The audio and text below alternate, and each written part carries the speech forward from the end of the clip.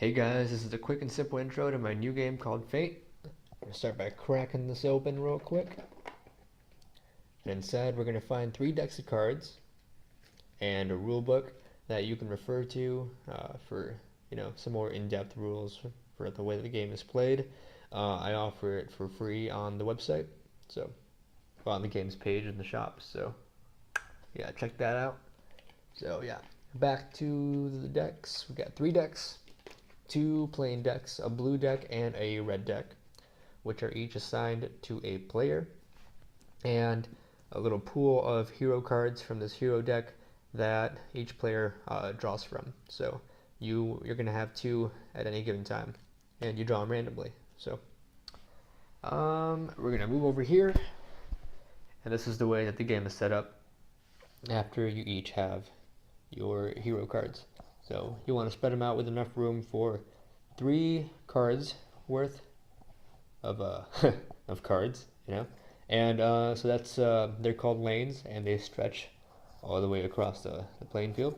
So let's give our enemies or our opponent their deck, and we're gonna have ours over here. As you can see, I'm playing against no one, so yeah. So these playing decks are made up of action cards and support cards. Action cards are used to directly manipulate the field. For instance, you can use this siege card to destroy a card from your opponent's hand, or this bowman card to destroy a card in the same lane that it is played in directly across the field. So to start, you take all of your action cards out of your deck, and you also have support cards. And these support cards are used to, that's not supposed to be there, are used to directly increase your hero's attack. And your heroes are a secret to your opponent, but you know what they are. So here we've got a brawler and a rogue. So there are 4 different hero types. There's the rogue, the brawler, and we have a knight and a beast. So they each have their own abilities, and they all have their own elements. There are 4 elements in the game. Each element is stronger than another element, and if you have an element that is stronger than your opponent's, then your card's base attack damage is doubled. So having the better element doesn't necessarily win you the match, but it certainly gives you the upper hand. So okay, we're going to select 6 cards from the 20 action cards, and this is where the deck building mechanic comes in to play. And there's 10 different kinds of action cards. They each have their own little ability, and you can kind of find the combination that matches your playstyle the most. So we're going to shuffle these cards into our deck. Shuffle, shuffle, shuffle. That's a really good shuffle. And there we have it. Let's imagine our opponent did the same thing, and we're all ready to play.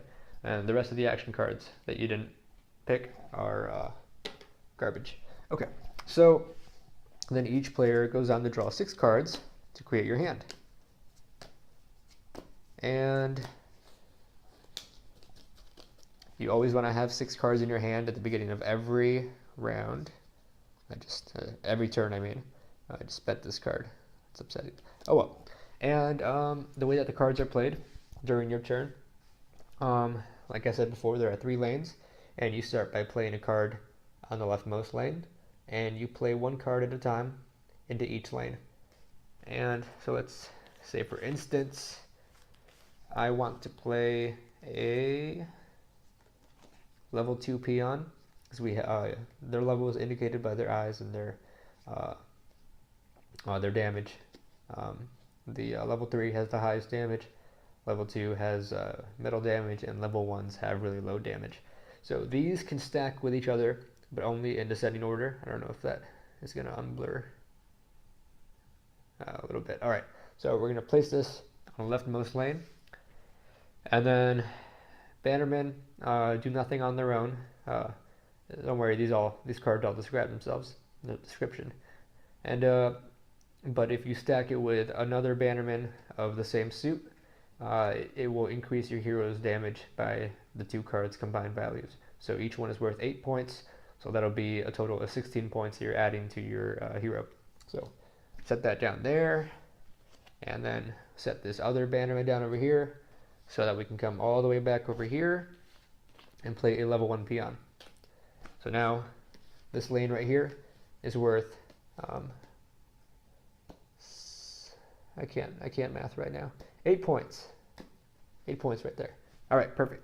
There are element-specific cards like this mercenary worth 18 points. They will not increase your hero's attack unless their element matches your hero's. So in our case, we have this rogue with lightning and earth, and this brawler with earth. So we can't. It doesn't really help us. And anyway, when the element is purple, that means it is passive, so it does not help you in attacking in any way. So say if, here. So in this case, earth beats lightning. So if I were to play this brawler against a hero that has a, I don't know, let's say that has lightning, then it would not double our attack because a passive element does not work that way. It doesn't do anything for us. So the only thing it does is that it provides a weakness to your character. So earth is vulnerable to fire. So say our opponent played a card with fire, then we're going down. But these brawlers, they have high attack values. This is a level 30 right here, as opposed to a level 14 right here. So you would probably be good. So so most cards, once they are hidden, so top cards are card leading cards. These are called hidden cards. It fits.